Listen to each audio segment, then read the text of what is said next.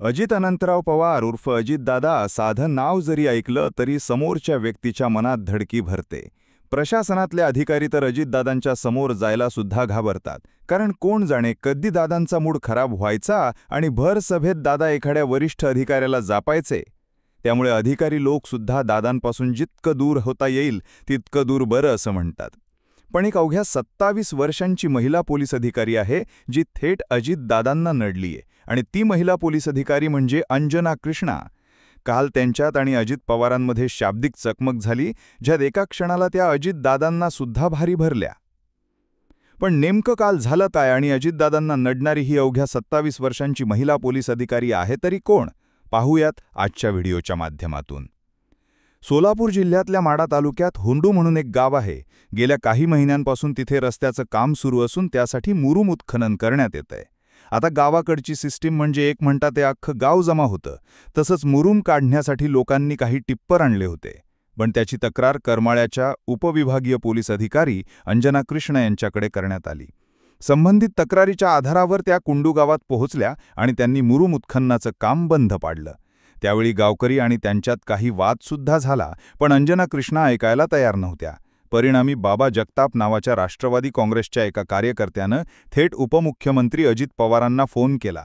आता अजितदादा बिंग अजितदादा त्यांनी संबंधित महिला पोलीस अधिकाऱ्याला फोन द्यायला लावला आणि आपल्या स्टाईलने बोलायला सुरुवात केली. अजित पवार म्हणाले की तुम्ही सुरू केलेली कारवाई थांबवा.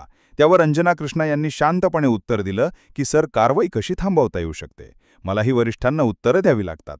समोरून अजित पवार म्हणाले की कोणी विचारलं तर सांगा की अजित पवारांनी सांगितलंय. आता असं म्हटल्यानंतर साधारणपणे कोणताही अधिकारी आपली कारवाई थांबवेल. पण अंजना कृष्ण म्हणाल्या की सर, तुम्हीच बोलता हे मी कसं मान्य करू. आता मात्र अजितदादांचा पारा चढला होता. त्यांनी महिला पोलीस अधिकाऱ्याला म्हटलं की तुमच्यात इतकी डेअरिंग आहे का, मी तुम्हाला व्हिडिओ कॉल करतो, मी महाराष्ट्राचा उपमुख्यमंत्री अजित पवार आहे, माझा चेहरा तर ओळखालच ना.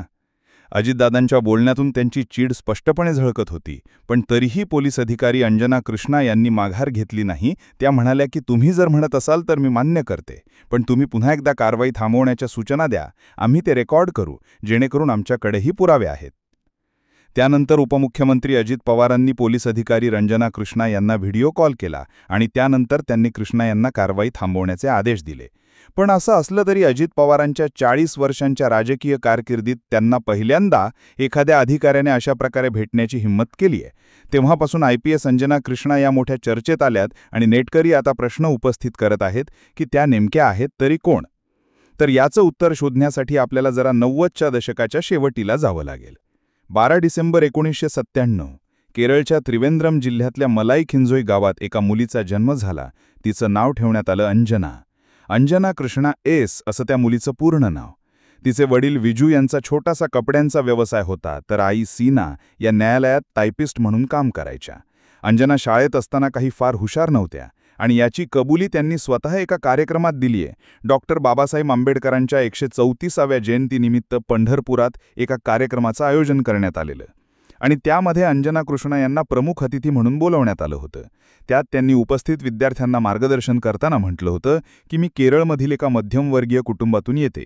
शाळेमध्ये असताना माझा पहिला क्रमांक कधीच आला नाही आणि मी एक ॲव्हरेज विद्यार्थिनी होते असं त्या म्हणाल्या होत्या.